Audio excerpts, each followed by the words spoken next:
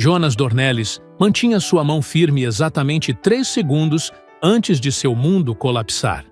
3 segundos antes de o passado colidir violentamente com o presente no centro do salão de casamentos mais exclusivo da temporada em Porto Alegre. O grande salão das Palmeiras brilhava com 1000 pontos de luz vindos de lustres de cristal que custavam mais do que a maioria das casas populares. Rosas brancas e orquídeas raras cascateavam de centros de mesa imponentes, exalando um perfume inebriante que preenchia o ar climatizado.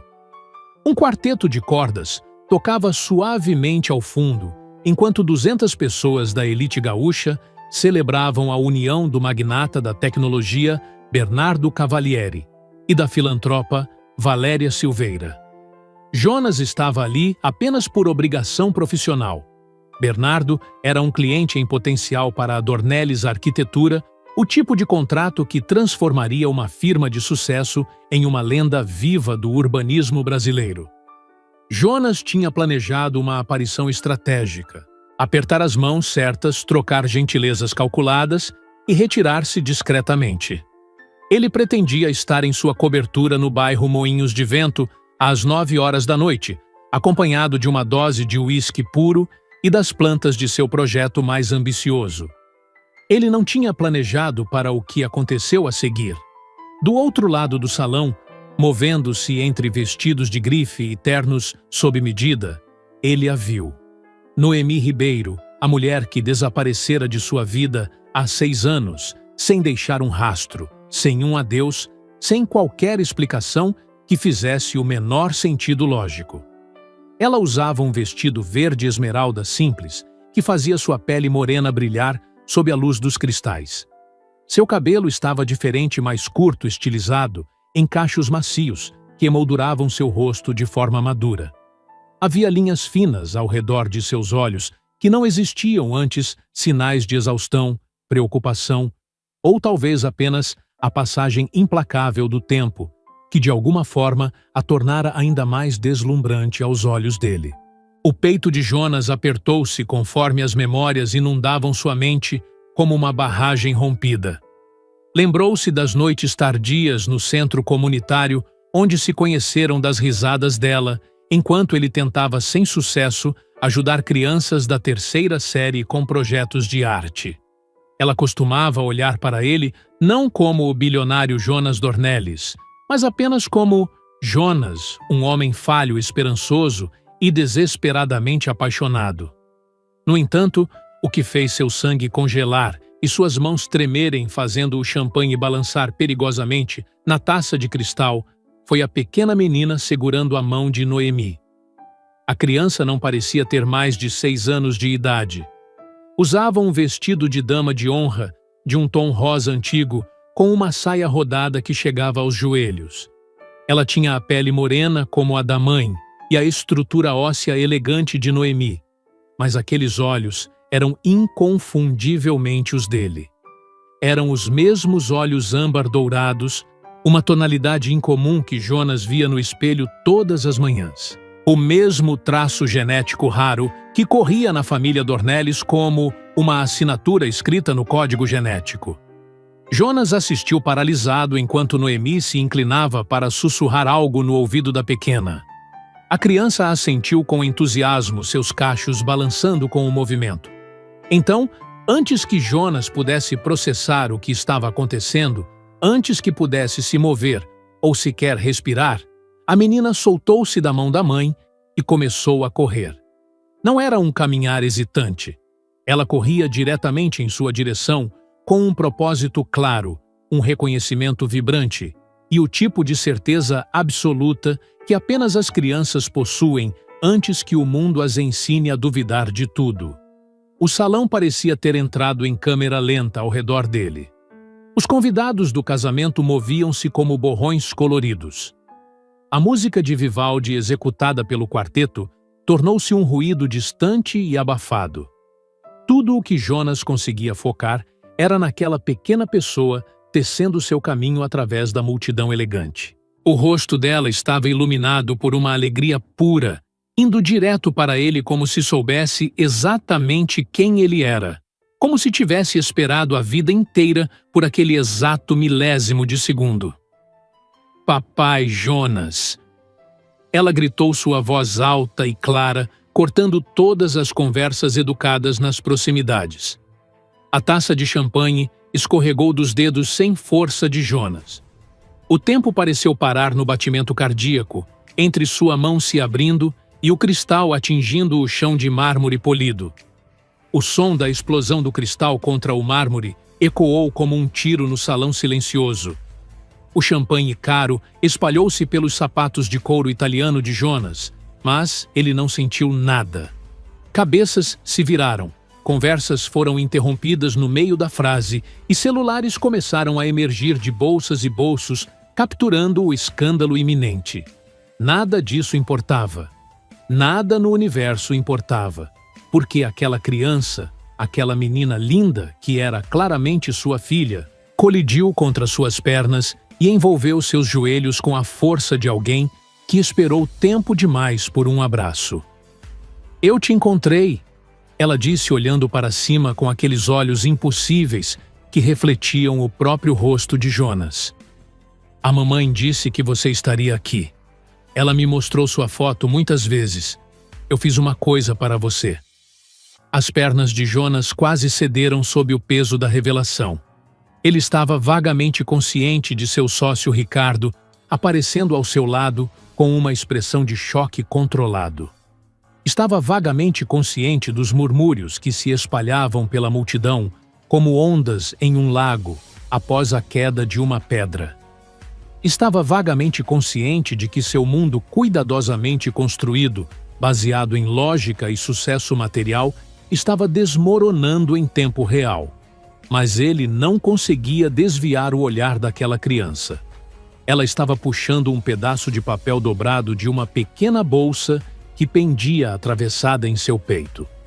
Seus dedos tão pequenos e delicados, mas já mostrando o formato longo e elegante das mãos de Jonas, desdobraram cuidadosamente o desenho feito com giz de cera. Era o desenho de um prédio, mas não era um prédio qualquer. Era o hospital infantil que ele havia projetado e que fora inaugurado há apenas 3 meses em Porto Alegre. O prédio que havia ganhado prêmios internacionais e aclamação da crítica, aquele no qual ele havia depositado todo o seu coração por razões que nunca conseguira explicar totalmente a ninguém. "Este é o seu prédio", a menina explicou com a seriedade de uma professora dando uma palestra acadêmica. "Aquele para as crianças doentes. A mamãe me mostrou as fotos na internet. Ela disse, ele faz prédios que ajudam as pessoas a se sentirem melhor. Eu pensei que, se eu desenhasse, você saberia que eu entendo sobre fazer coisas que importam." Ela apontou para detalhes que havia capturado de forma surpreendente para sua idade, os jardins suspensos no 3º andar, as pontes de vidro conectando as alas, a torre projetada para captar a luz do nascer do sol para que os pequenos pacientes acordassem com esperança. "Veja, eu coloquei os jardins e as janelas, porque a mamãe diz que a luz ajuda as pessoas a curar. E você coloca muita luz nos seus prédios." Ela olhou para ele com expectativa, seus olhos brilhando. "Você gostou?" Jonas não conseguia falar. Sua garganta havia se fechado completamente bloqueada por uma emoção crua que ele não sentia há anos. Ele se agachou seu terno de R$3.000, amassando-se contra o chão úmido de mármore.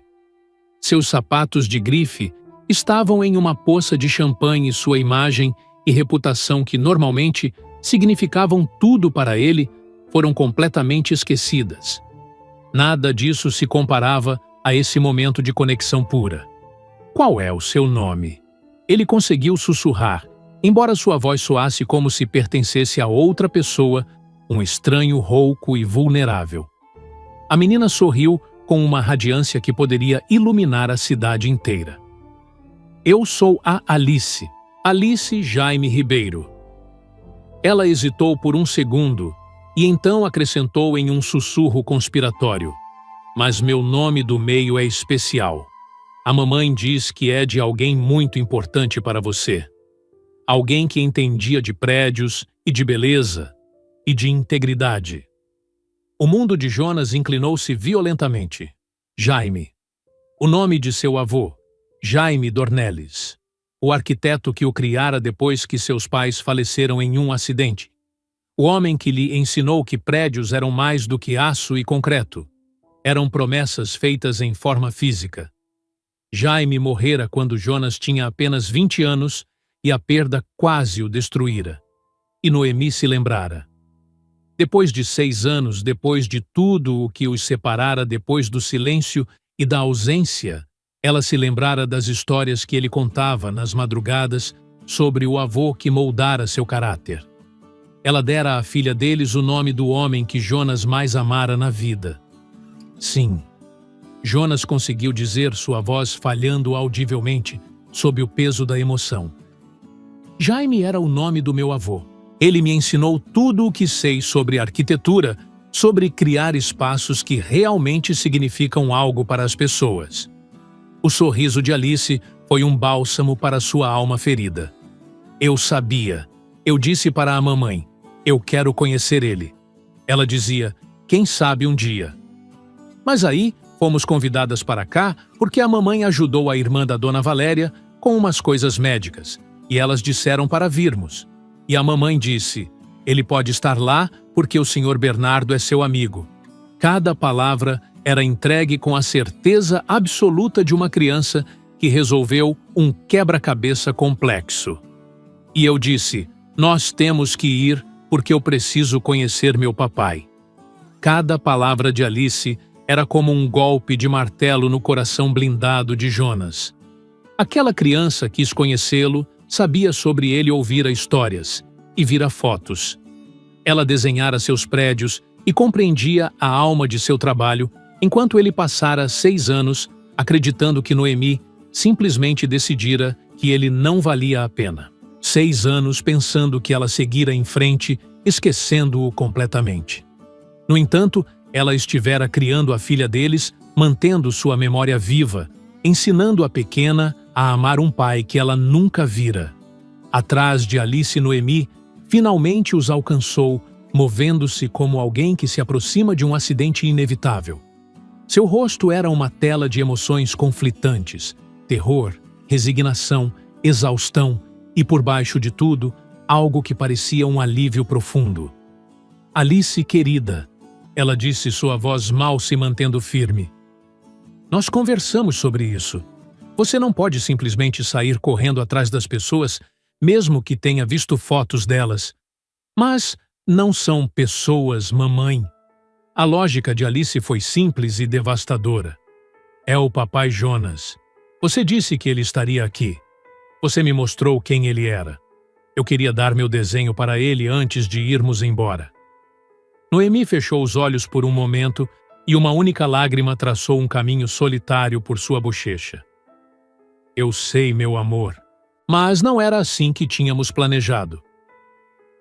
Planos mudam. Alice deu de ombros com a sabedoria de quem cita um ditado muito ouvido. A dona Marta diz que as melhores coisas geralmente não acontecem de acordo com o plano. Jonas levantou-se lentamente, ainda segurando o desenho com mãos trêmulas. Ao redor deles, a recepção do casamento mergulhara em um silêncio tenso, pelo menos naquele setor do salão. Pessoas encaravam com indisfarçável curiosidade. Câmeras de celulares certamente estavam gravando tudo. Ricardo limpou a garganta discretamente ao lado de Jonas. Jonas, ele disse suavemente. Talvez devêssemos levar esta conversa para um lugar mais reservado. Há uma sala de estar no 2º andar. Eu posso organizar tudo. Jonas assentiu, incapaz de tirar os olhos de Noemi. Precisamos conversar, ele afirmou. Eu sei. A voz dela foi quase inaudível. Jonas, eu nunca quis que isso acontecesse aqui desta forma, na frente de todo mundo. Há quanto tempo você está na cidade? Ele perguntou, o coração batendo na garganta. Ela encontrou os olhos dele com uma honestidade dolorosa. Nós nunca saímos de Porto Alegre. Aquelas palavras o atingiram como um soco físico. Nunca saíram.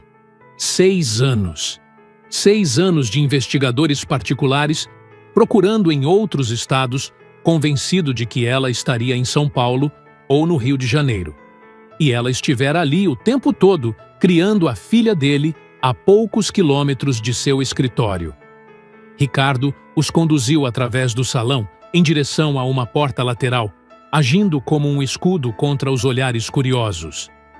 Jonas conseguia sentir o peso dos julgamentos e dos sussurros que começavam a borbulhar. Ele sabia que sua mãe Patrícia Dornelles saberia disso em questão de minutos. Ela tinha informantes em todos os lugares, especialmente em eventos da alta sociedade. O pensamento de sua mãe fez seu estômago contrair-se, mas ele afastou a preocupação. Isso era um problema para depois. Agora, tudo o que importava era a menina segurando sua mão e a mulher caminhando ao lado deles, que detinha as respostas para 6 anos de perguntas torturantes. A sala de estar no segundo andar era um refúgio de calma, longe do ruído da recepção. Era menor que o salão de festas, mas ainda assim elegante, com móveis em tons de creme arranjados em volta de uma lareira apagada e janelas que davam para as luzes da cidade começando a emergir no crepúsculo. Ricardo os acomodou e fechou a porta. "Vou garantir que não sejam interrompidos", disse ele a Jonas antes de sair. "Leve o tempo que precisar." Após a saída de Ricardo, os três ficaram em um silêncio constrangedor por um momento, até que Alice o quebrou. "Esta sala é bonita", anunciou ela indo até a janela. "Olha como estamos no alto, mamãe. Dá para ver todos os prédios acesos." "Não chegue tão perto do vidro, querida", disse Noemi automaticamente, a voz de uma mãe que passara 6 anos vigilante e sozinha. Alice recuou obedientemente e virou-se para Jonas. "Você ficou surpreso de me conhecer?" A pergunta foi tão direta, tão desprovida de artifícios, que Jonas se viu respondendo com igual honestidade. "Sim, muito surpreso. Eu não sabia que você existia até 5 minutos atrás." A testa de Alice franziu-se em confusão. "Você não sabia. Mas a mamãe me disse que mandou uma mensagem para você quando eu ainda estava na barriga dela. Ela disse que tentou te contar." O olhar de Jonas disparou para Noemi com uma intensidade abrasadora. "O quê?" Noemi afundou em uma das poltronas creme, como se suas pernas não pudessem mais sustentá-la. "Alice, querida, esta vai ser uma conversa longa com coisas de adultos. Por que você não senta ali e desenha um pouco? Eu trouxe seu caderno." Ela tirou uma pequena mochila do ombro que Jonas nem percebera que ela carregava. Extraiu um caderno de esboços e um estojo decorado com trens.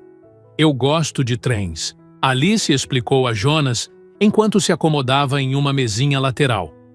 "Algumas crianças gostam de princesas. Eu gosto de trens porque eles levam as pessoas em viagens longas." Ela abriu uma página em branco. "Vou desenhar enquanto você e a mamãe conversam, mas estou bem aqui se precisarem de mim." A maturidade na voz da criança era assustadora. Aquela era uma menina que aprendera a se entreter sozinha, a ser paciente enquanto os adultos lidavam com coisas complicadas. Jonas sentiu o coração quebrar mais um pouco. Ele se aproximou de Noemi, mas não se sentou. Havia energia demais correndo por suas veias. "Você me mandou uma mensagem quando estava grávida. Eu nunca recebi nada."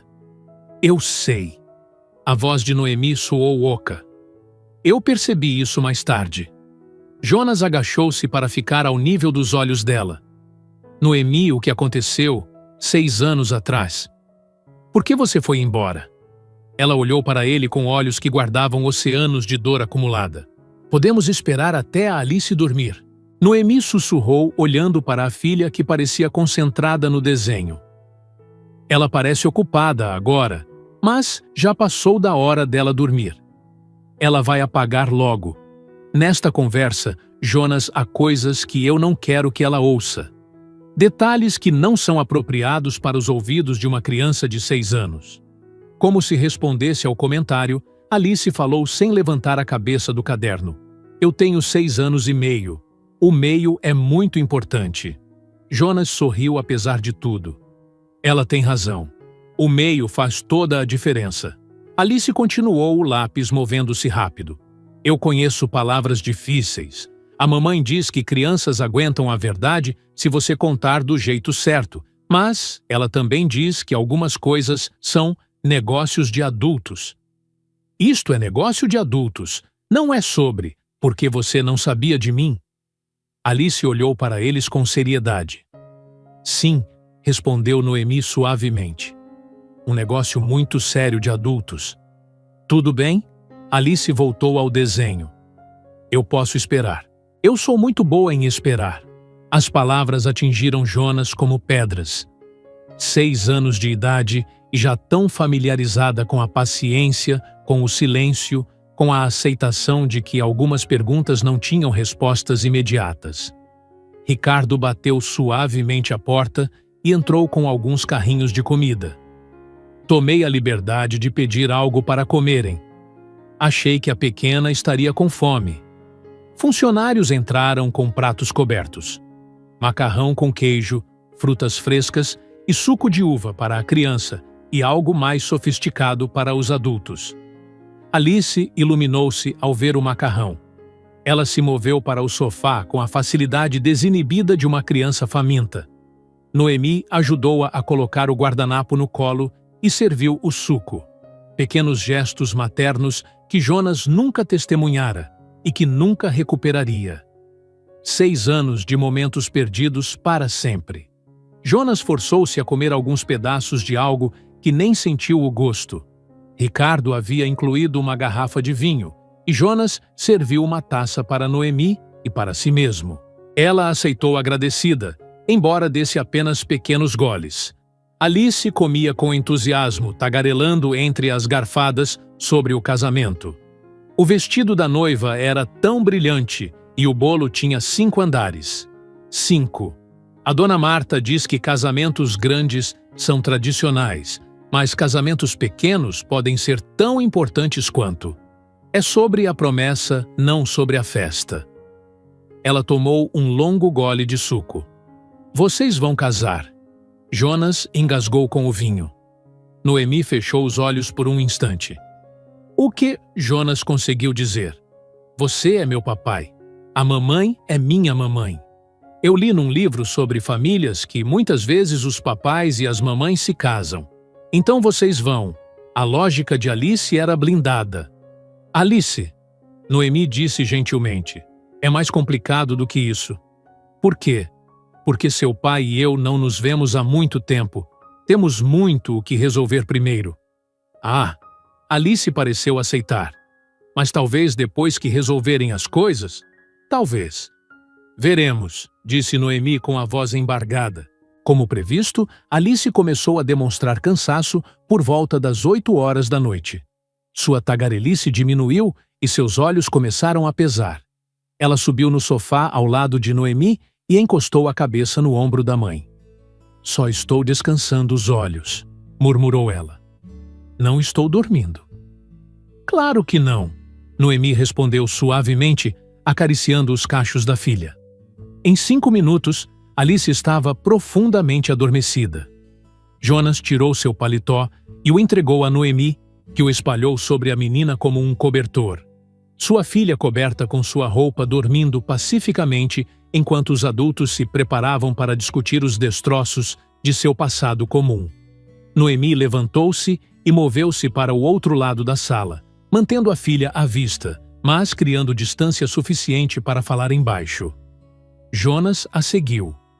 Por quê? A palavra saiu mais áspera do que ele pretendia. Apenas me diga o porquê, Noemi. Por que você foi embora? Ela respirou fundo trêmula. Seu avô veio me ver. 3 dias depois que eu te contei que estava grávida. A mente de Jonas ficou em branco por um segundo. Que avô? O vovô Jaime morreu quando eu tinha 20 anos. Não esse avô. A voz de Noemi era um sussurro. Henrique Dornelles, o pai do seu pai. O nome caiu como uma granada na sala. Henrique, o patriarca implacável, que construíra o Império Dornelles com práticas de negócios brutais. O que ele fez? A voz de Jonas ficou perigosamente baixa. Noemi abraçou o próprio corpo. Eu estava no meu 2º ano de residência médica em pediatria. Estava trabalhando no hospital de clínicas fazendo plantão na UTI pediátrica. Ele apareceu durante o meu turno. Tinha 2 homens com ele, advogados ou seguranças. Eles esperaram até o meu intervalo e me encurralaram na garagem. Jonas cerrou os punhos. Ele disse que tinha me investigado. Sabia tudo sobre mim. Minha dívida do financiamento estudantil que estava me afogando.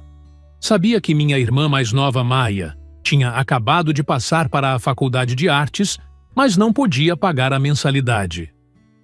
Ele sabia que meus pais estavam sofrendo com o diagnóstico de esclerose múltipla do meu pai, as contas médicas que o plano não cobria, as adaptações que precisavam fazer na casa. Tudo. Ele te ameaçou? Não foi uma pergunta, mas uma constatação amarga. Ele deixou tudo muito claro. Se eu ficasse com você, se eu tivesse o bebê e te contasse, haveria consequências. Ele disse que tinha conexões na diretoria do hospital e que poderia garantir que minha residência terminasse ali mesmo, que eu nunca mais trabalharia como cirurgiã pediátrica em lugar nenhum do Brasil. Ele pintou um quadro da minha irmã abandonando os estudos e do meu pai perdendo o tratamento por minha causa, por eu ser egoísta o suficiente para prender você com uma gravidez. Você não me prendeu. Jonas sentiu uma fúria branca crescendo em seu peito. Foi algo que aconteceu com nós dois. Eu teria estado lá, Noemi. Eu teria lutado. Eu sei. Ela chorou baixinho. Eu sabia na época. Mas o Henrique disse que não importava o que você queria. Disse que você tinha responsabilidades com o legado Dornelles, que você estava destinado a mais do que brincar de casinha com uma médica qualquer de uma família qualquer. Ele disse que eu era uma complicação inconveniente que precisava ser removida. E então ele te ofereceu dinheiro. Jonas podia ver o roteiro de Henrique claramente. Ameaçar primeiro, depois oferecer uma saída dourada, para que a pessoa sinta que fez uma escolha, quando na verdade foi coagida.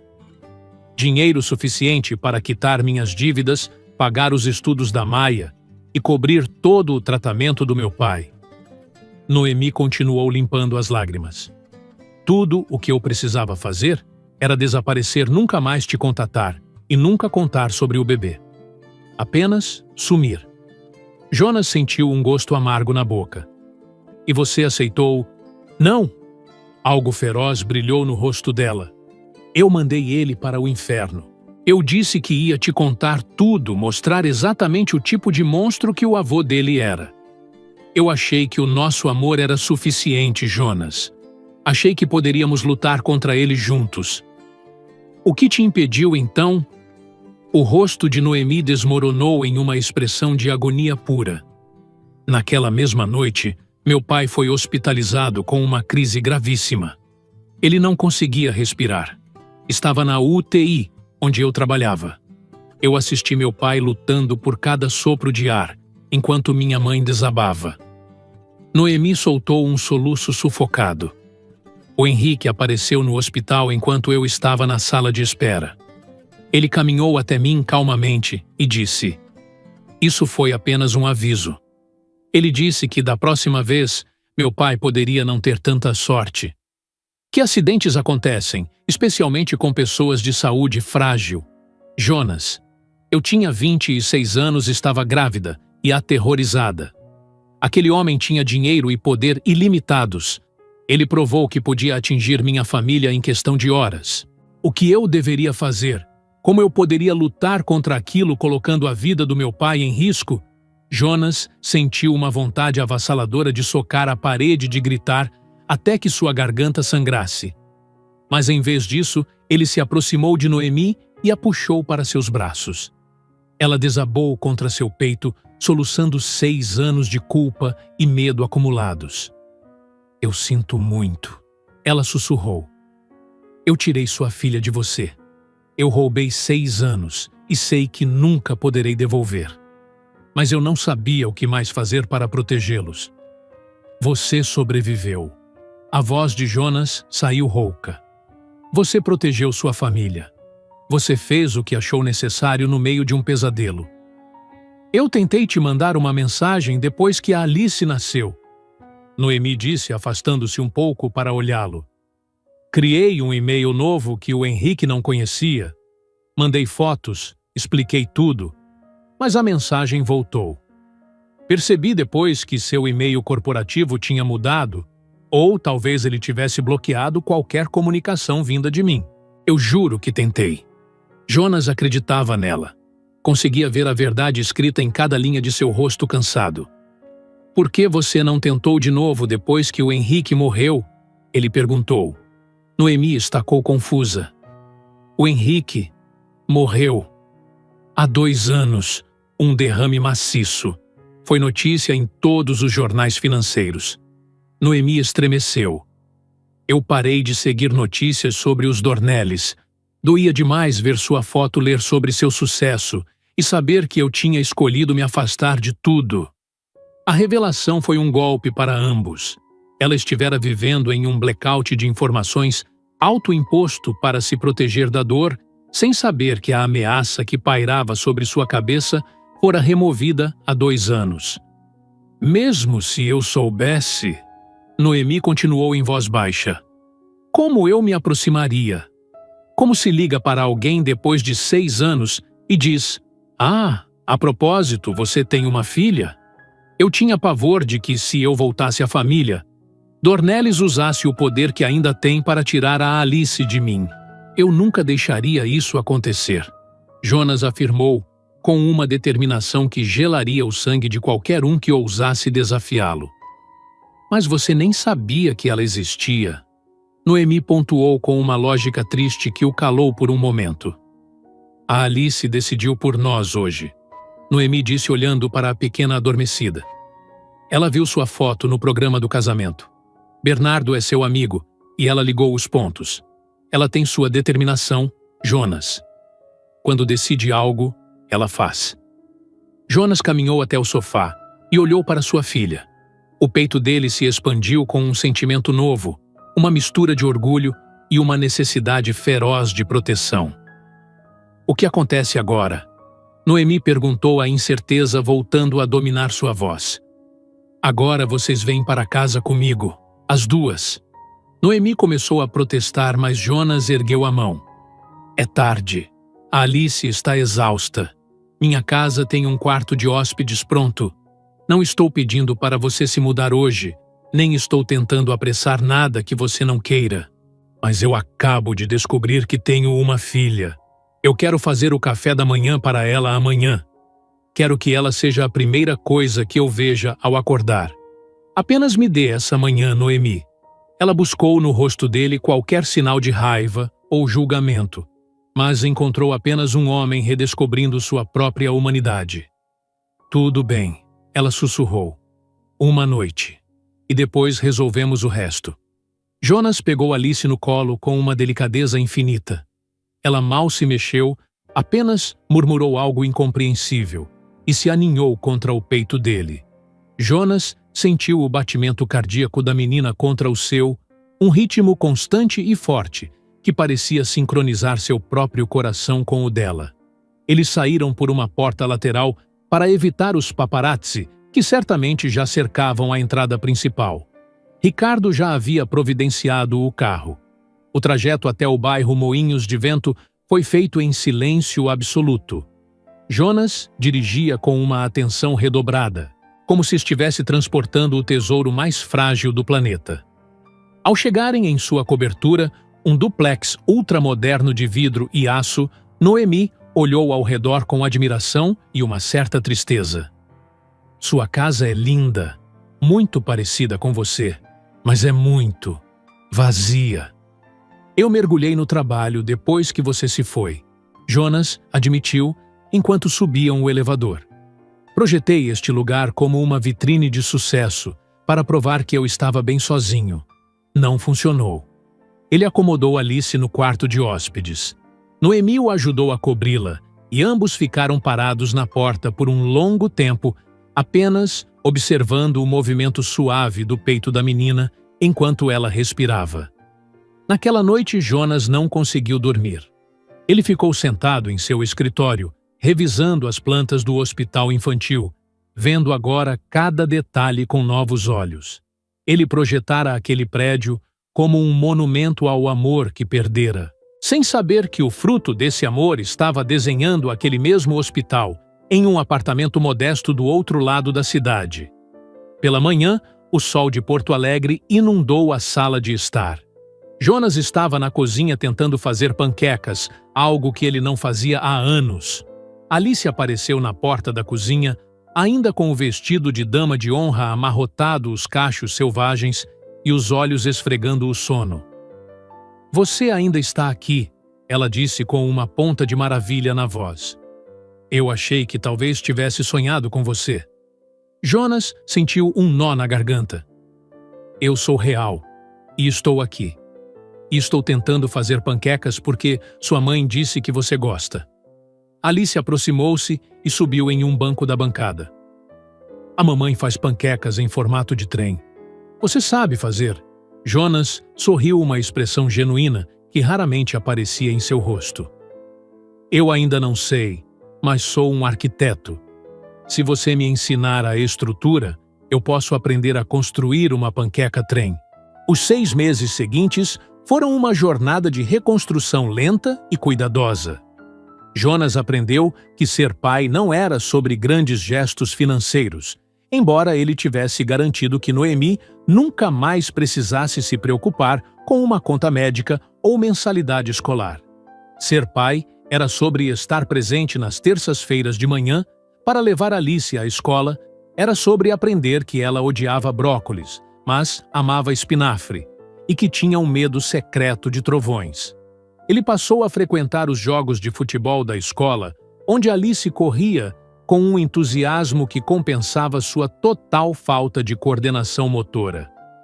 Ele e Noemi estabeleceram uma rotina de coparentalidade que funcionava com uma precisão cirúrgica, mas havia uma tensão silenciosa entre eles. Eles eram parceiros na criação de Alice, mas ainda agiam como estranhos, que guardavam segredos profundos um do outro. Jonas havia demitido a antiga firma de advogados da família Dornelles e contratado uma nova equipe para investigar cada rastro das ações de seu avô. Ele queria garantir que Noemi e Alice estivessem seguras para sempre. "Eu não quero vingança", Noemi disse a ele uma noite depois de um jantar em sua casa. "O Henrique já se foi. O que eu quero é que a nossa filha cresça sem medo. Quero que ela saiba que o pai dela é um homem bom, não por causa do dinheiro, mas por causa do que ele constrói." Jonas a olhou à luz da lareira refletindo nos olhos dela. "Eu estou tentando ser esse homem, Noemi, por vocês." Certa tarde, Alice pediu para ver o escritório de Jonas na empresa. Ele a levou e a deixou desenhar em uma mesa lateral enquanto ele tinha uma reunião importante.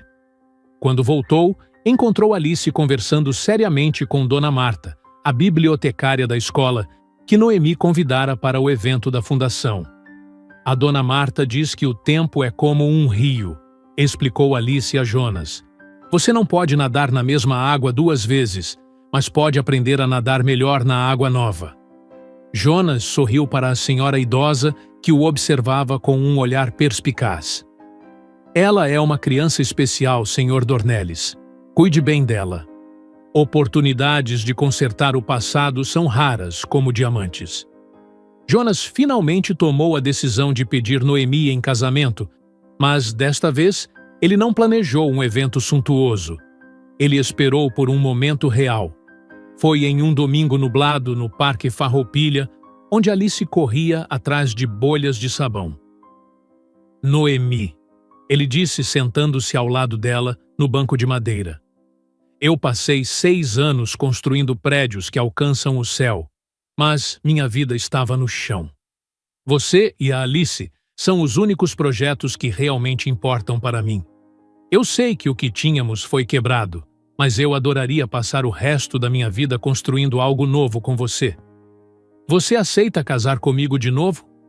Dessa vez, de verdade. Noemi não respondeu imediatamente.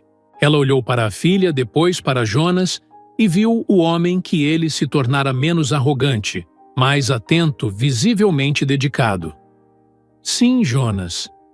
Mas não vamos fazer um casamento de elite. Vamos fazer algo que a Alice possa aproveitar.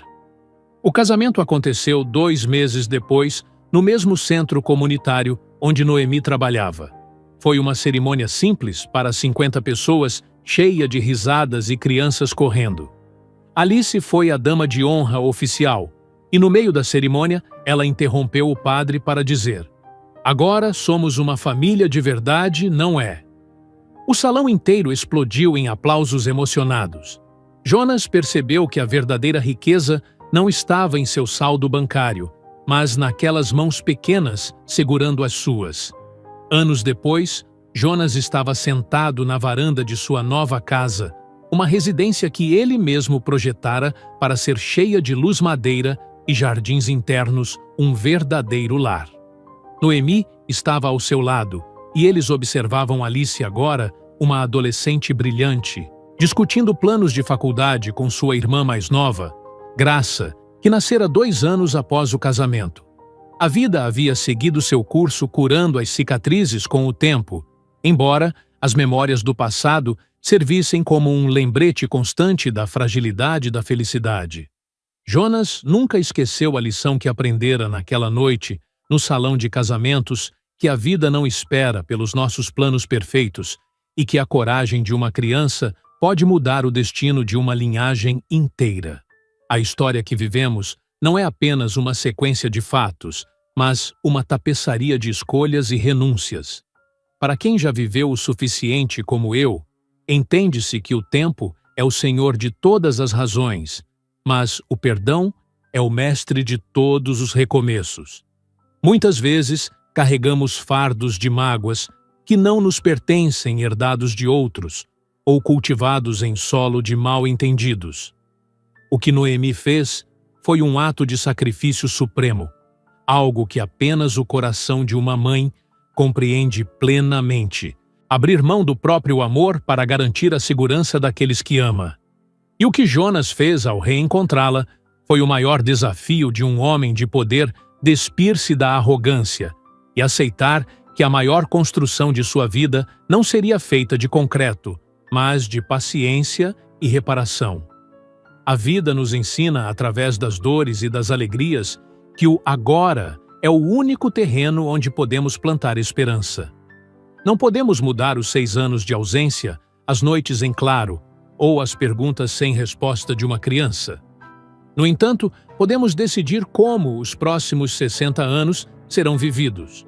A maturidade nos traz a percepção de que a justiça nem sempre vem através de tribunais ou vinganças, mas através da paz de espírito e da reconstrução do que é essencial. Ver Alice crescer sabendo que o amor venceu o medo é a maior vitória que Jonas e Noemi poderiam ter alcançado. É uma lição para todos nós, especialmente para aqueles que sentem que o tempo passou e as oportunidades se perderam.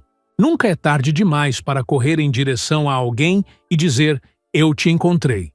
Nunca é tarde demais para desculpar-se por um silêncio que durou tempo demais ou para estender a mão e ajudar a reconstruir um sonho que foi interrompido.